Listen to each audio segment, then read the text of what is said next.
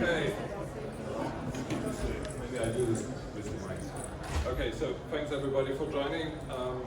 We will talk, all the session is actually about observability, but we will cover two topics in this. And it will be a challenge for me today because I will talk about transaction flows, and then I will talk also about the OpenTelemetry on Mainframe special interest group that has been established and the work that we are doing here. So, as we just have 30 minutes, let's get into it and look at the agenda. We will give a brief introduction, level setting, then we talk about CICS and IMS transaction flows, and then we get into the topic of observability and OpenTelemetry. We talk about what we specifically do for the mainframe, and then we will do a summary. So, let's do some level setting. Think of Jane, banking app user. She just looks at her mobile phone, she works with the app, she wants to make a transaction. She doesn't care if this or what happens here. She just wants to do the transaction. But if there's a problem, the first person that looks into this is actually Serene, site reliability engineer, because she looks across the whole application. She looks across public cloud, private cloud, and the mainframe services. So she wants to understand what happens, and also, as we are now integrating the mainframe into the observability solution, she needs to have a little bit of understanding what the mainframe does. And this is what we want to talk now about. So CICS and IMS transaction flows. And before we start, who knows what is IPIC in your audience? Okay. Nobody? You. Okay.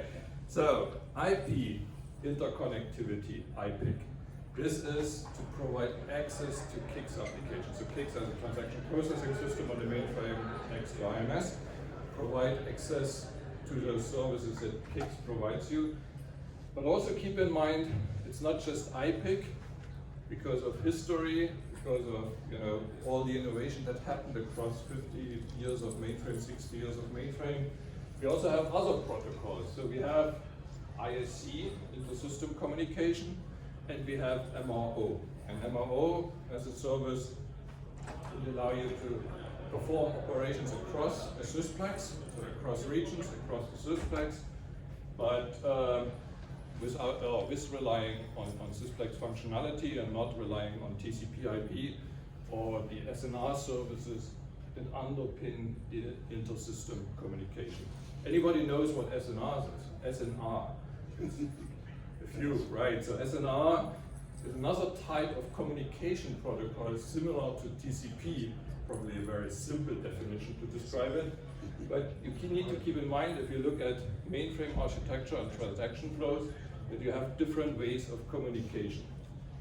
If we look at this further, let's take a sample application, a banking application, and let's look at this. This is not intended to show the real world, right? This is a simplified use case.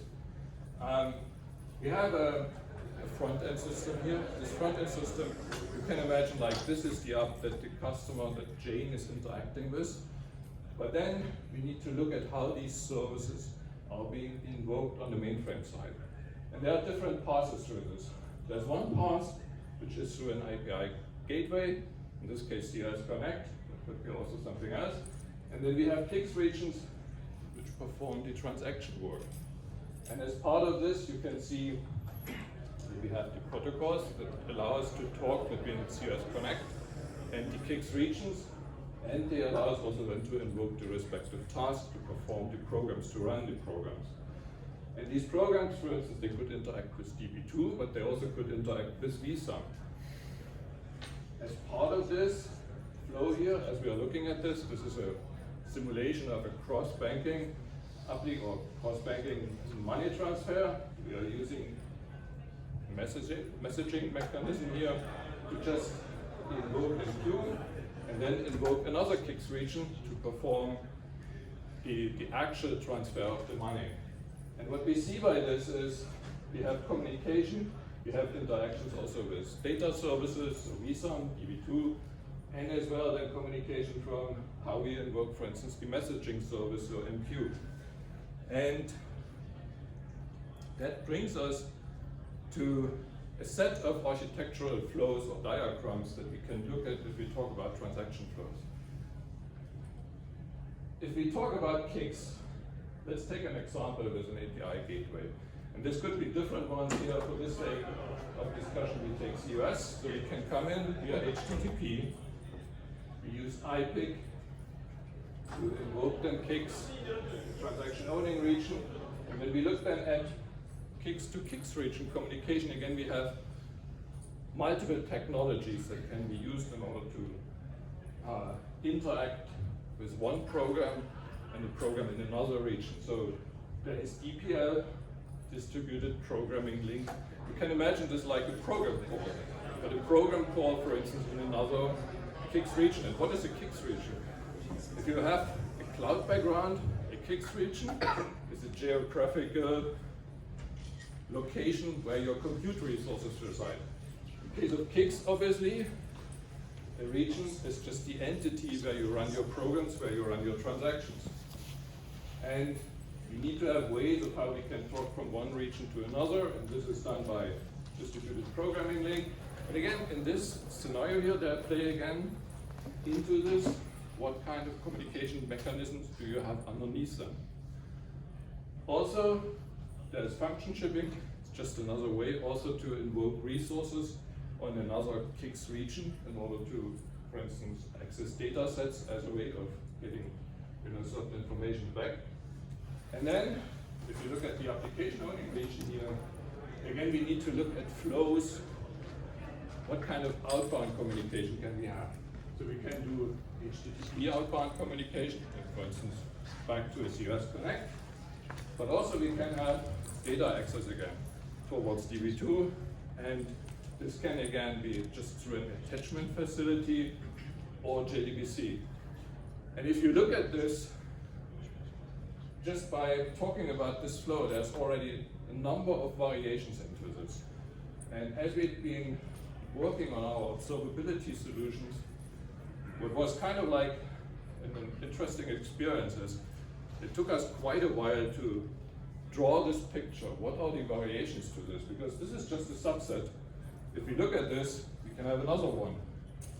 We can have one where we come in with a messaging or with a message, and where we, using the message, then want to invoke a CICS region, task, and run the transaction. And again, we have different mechanisms of how we can do this. We can do this via a bridge, which is a simplified way to invoke the task, but we can also do this through the adapter running within the CICS address space, and then being able to communicate with the queue manager in order to either have an outbound message, or in this case, then invoke the task in the CICS region. And again, then we have these mechanisms that we talked already about in terms of how do we do CICS region to CICS region communication, and then also the data access. And if you put this all together, what we realize, this picture becomes more and more complete. And still, it's a subset. And you can draw more and more of these different communication passes. And the question really is, how much in your organization does everybody understand about this? How do the young people understand this? How do they learn about this? You see here additional ways of communication. Distributed transaction processing, it's another way again, where you can have communication between program to program in different regions, and this builds up this complexity of this picture. So, now I talked already about how to get visibility to this. And as I said, this session is about observability. Distributed tracing is one way of getting visibility into the complexity of our applications. What distributed tracing specifically does, it helps personas like Serene to get insights, to get visibility into what steps, what services are involved in the processing of a user request, or in our case, a transaction. And as you can see here, and we'll also see this in a minute in live, you see different, what is called spans. And these spans illustrate the service invocation. And they also have a timer spec. This timer spec is visualized relative to the complete request so that you have also visibility on the latency, what is happening, and you can see certain attributes, you can understand what kind of resources is issuing this request, what is being invoked for the processing, and so on. Now I said, let's take a quick look at how this looks live. Let's do that. Here we go.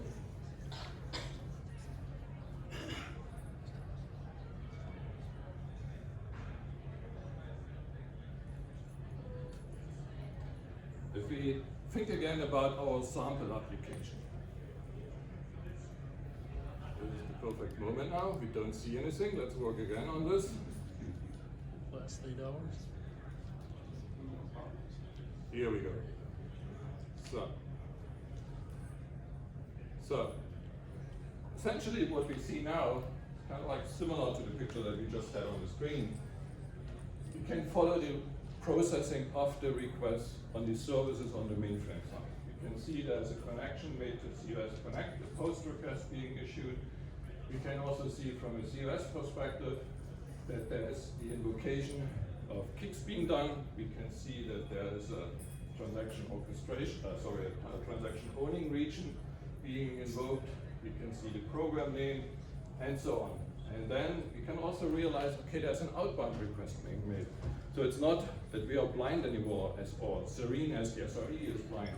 So she has visibility, okay, this request is entering the mainframe, but it's also leaving the mainframe again, performing other activities. And as I said, this is an external banking scenario. We can then also see CICS is invoking MQ and performing messaging operations again. And then again, transaction or CICS operations are visible. Let's look at this a little bit more in detail. And we look at here at a set of attributes that we can find on a CICS span as an example.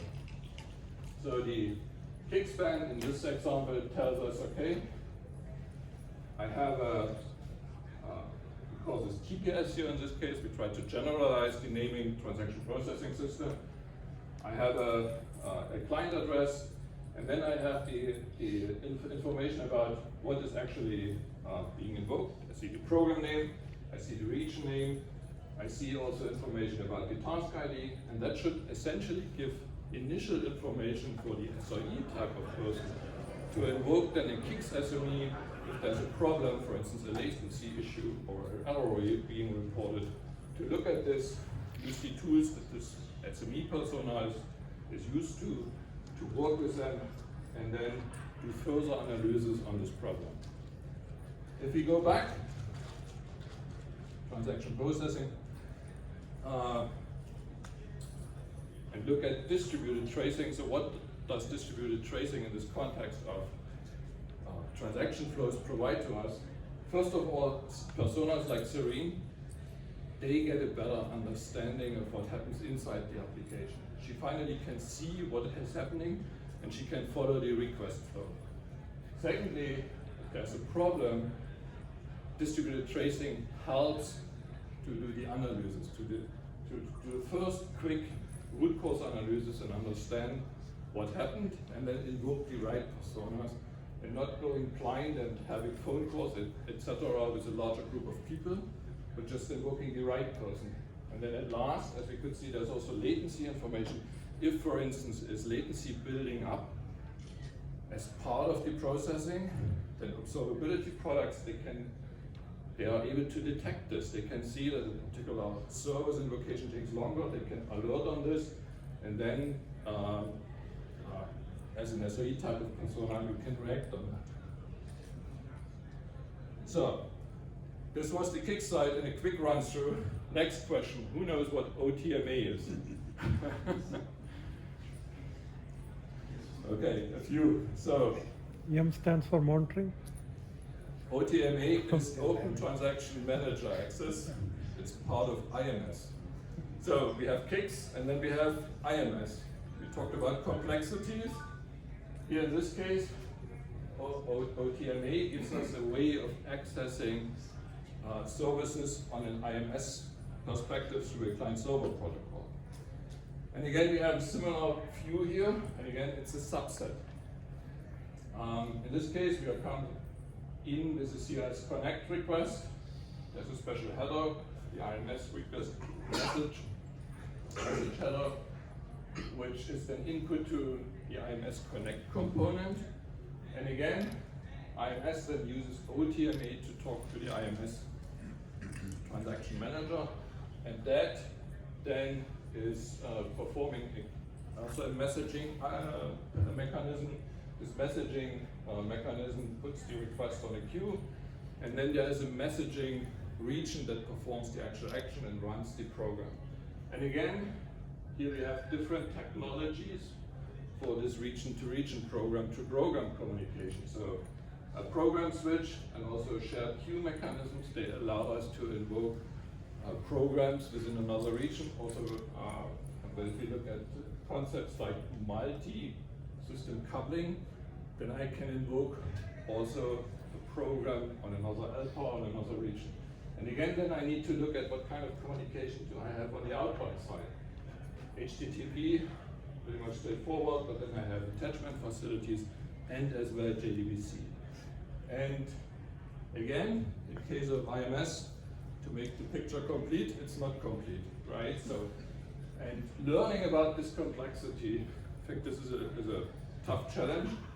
And as we just have been hearing in the previous session about the Open Education Project for Mainframe, I think it's one of the activities that we want to drive here to take these materials and also then talk about how we can contribute this as a common content for the Open Education Project.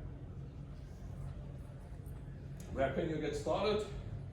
Documentation, obviously, for CICS, IMS, but also there are two older books which are very good materials because they have nice visualizations of how these flows actually work and get some insights on these different mechanisms for communication and the protocols underneath. As I said, this is a two-part presentation, so we do the advertisement block now. And the advertisement block is, if you do your homework throughout this week, it's actually not the homework, it's the conference, activities, then you will be potentially be able to win a Lego model of the C17. There's a couple of sessions to enroll to. Also, please attend at least one of the Mainframe labs. And then at last, meet with an expert and also look at join one of these demos at the sandbox. So I take a step to the side. So please.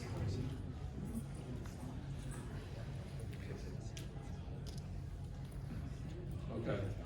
And also to mention it, and we have a couple of sessions.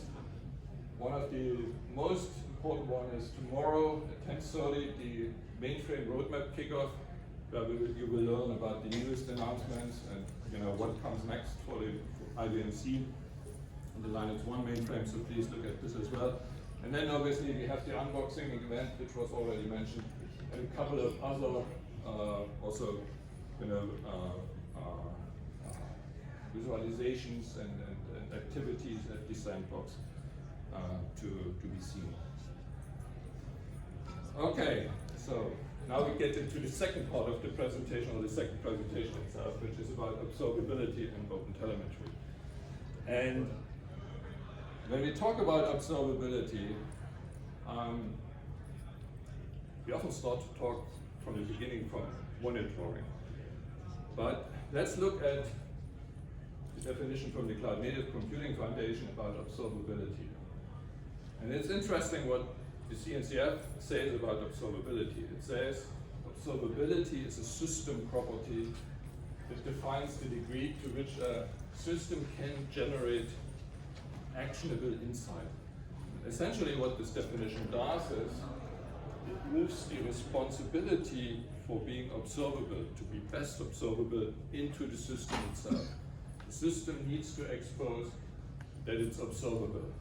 And this is quite a change in the way of how we have been doing monitoring in the past, because monitoring traditionally was always about having the best technology, the best instrumentation to instrument the system and then gaining insights. And key aspect is to understand what the system, or understand the system state, so that you can, based on these external outputs, have an understanding of what happens inside the system and then take actions. Moreover, there's also a blog about Observability 2.0, which describes an extension to what I just was laying out. There's really the focus about getting an integrated view across different signal types, so metrics, logs, traces, and events, and being able, on the basis of these different signals, then have visibility and an understanding to derive actions proactively, so that you can react to any issue that occurs in your environment before it actually hits the customer and has a revenue impact. And a framework that plays into this area is OpenTelemetry. OpenTelemetry is an observability framework, also run by the Cloud Native Computing Foundation, and it aims to provide high quality telemetry, so these different signal types, metrics, traces, logs, profiles, from any source to any target. And what the community has been working on is specifications and as well implementations. And if we look at this from a specification point of view, there's a protocol, the OpenTelemetry protocol, that unifies the way of how data is being shared from sources to targets, but also it describes of how these different signal types are being encoded on the wire. Then we have semantic conventions. Semantic conventions give us a common naming scheme for the telemetry, so that, for instance, metrics, even if they are taken from, or we are from different layers of the IBM SIG stack, but if they expose the same thing, then they should have the same name, obviously. And then there's also a specification for APIs, so APIs specifically for programming languages, and then we have implementations. There is SDKs for these APIs. The most common SDKs of the cloud native world or cloud native languages are being available. And we have as well implementation of an OpenTelemetry collector, and that is an interesting piece of software because it allows us to describe telemetry data pipelines. And with those, in a declarative way, I can describe from where to receive the data, how to process it, and where to send the data. And if we look at this from a mainframe point of view, as I said earlier, we established the OpenTelemetry on Mainframe Special Interest Group together with the Open Mainframe project at the beginning of last year. And the aim of this Special Interest Group is exactly to drive forward the adoption and also the support of OpenTelemetry for the Mainframe platform through semantic conventions, but also through code instrumentation and then collector enhancements. And we had a survey earlier this year where we asked the Open Mainframe community, but also the OpenTelemetry community for input. Now, with these surveys, first of all, sometimes you don't get as many responses like you want to have, and also you don't have a control over who are the people who are responding. So the result of the survey obviously cannot be completely taken as a representative result, but it gives some indications of what is important. And one piece is, or one result of this survey is to grow the knowledge about OpenTelemetry and within the OpenTelemetry community. This is part of the session here, but also then we need to look at support of semantic conventions for IBM C, for Linux 1, in order to integrate the mainframe into this observability ecosystem with a specific focus on system performance metrics, job processing, databases, and applications from a metric point of view. And that requires that we take certain steps in order to have this common approach of describing the metrics, but also the underlying concepts when we look from an architectural point of view, system architecture point of view. And then we have implementation support. First of all, Java and Python on COS. Now with Java, probably can say this works also on COS. Python SDK I don't have any visibility in, but might still work as well as it's interpretive. But then for the other languages, there's definitely work needed, for instance C++. And then there's also the ask for a COBOL SDK. So if somebody is in the room, would like to see an OpenTelemetry SDK for COBOL, I would like to talk to this person after the session, because there's a requirement that we would like to understand why we need this and for what use cases. And then at last, OpenTelemetry collector enhancements. Now this is also in terms of instrumenting the platform in a unified way to be able to then get system performance metrics and as well platform metrics in a OpenTelemetry format. If we look at this very briefly, semantic conventions give us a way to have common naming across different aspects of telemetry, metrics, logs, traces. Also in a way that we have, resource descriptions. Think about the richness of resources that we have on the platform. And then there's another aspect growing within the community. Community goes from resources, which was a flat model, to entities. And entities allow us to give these resource description type, also true identities for identifying attributes, and also describe relationships between the different entities that we can find. And this is important as we have this virtualization that we have on the platform, LPAS, virtual machines, CVM, operating systems, and so on. We have quite, from the infrastructure perspective, a vertical stack that we need to describe in order to fully represent then, if we have an application, a middleware system, a COS subsystem, what is the underlying infrastructure? And if you want to contribute to OpenTelemetry for the mainframe, there are a couple of things that we can do. There was in the previous session, or in one of the previous sessions by Liz, there was the discussion around the GitHub action runners that can be integrated. And from an OpenTelemetry perspective, we are just in the phase to do this for the first repository, which is for the OpenTelemetry collector, for the core edition. But if you look at OpenTelemetry today has 80 repositories.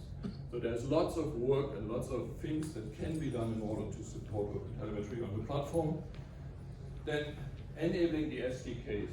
I mentioned C++. There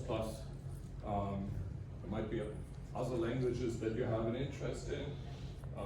COBOL I mentioned already, but also then platform optimization. Think about, for instance, the OpenTelemetry protocol supports compression. We could use hardware compression as part of the SDKs if we do this right.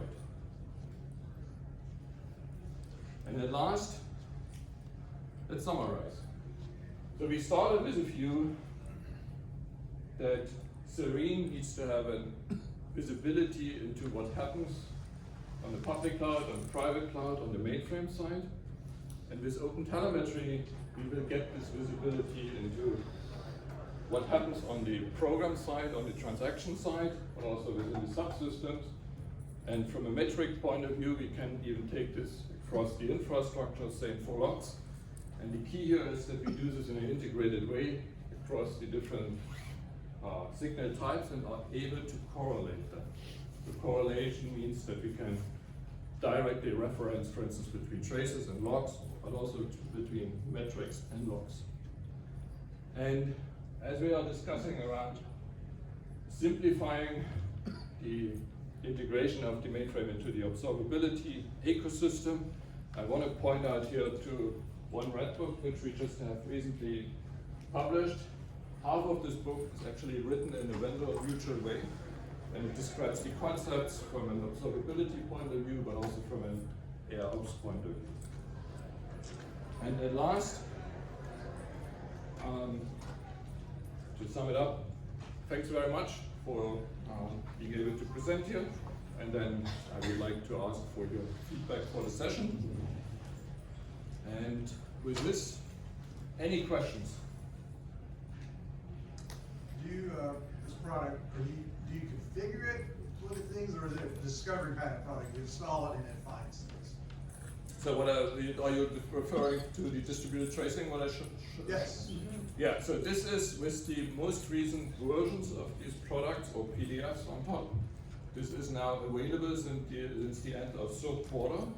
So, example, if you're on CICS 6.3, which just was released obviously, and also if the other products that require or that are required in your transaction flow to support distributed tracing are being deployed in your environment. So it's a longer, let's say, step-wise approach to get to this level that supports distributed tracing. Then the product itself is supported, and then it's just a configuration step, but it also requires that on the distributed side, the application owners instrument the application. But it's from a distributed tracing support perspective, it's built into the current products and PDFs that are now available. How much overhead is that? So this depends on the customer's work that is done within the transactions. Our performance testing currently assumes 4% plus relative. If we want to express this in microseconds, then there's a certain mechanism for injecting the span information. For each span, there would be roughly 5 microseconds required. And then for the formatting, there's another overhead from, I think it was 3 microseconds. And this overhead for the formatting, that is simply trivial. But we can have a separate discussion on that. If you would like, please approach me after the session, we can talk about that. Can you turn that like on the fly when you have issues? You could turn this on the fly, but as I said, it also requires instrumentation on the application side, on the distributed side. So there are ways to do this, but it also largely depends on how your application is overall being set up and what kind of services are being involved. Can it just give you one side of the house? Can it just give you the mainframe side and distribute it? There are ways to do that, yes. So, for instance, at the incoming of the request into the mainframe, there can be instrumentation turned on if this is required, and then you could only see the mainframe side. Yes.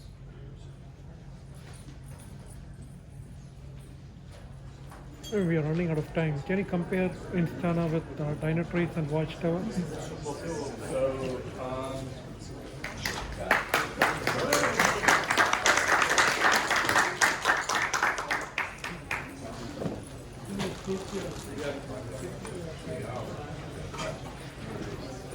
hi.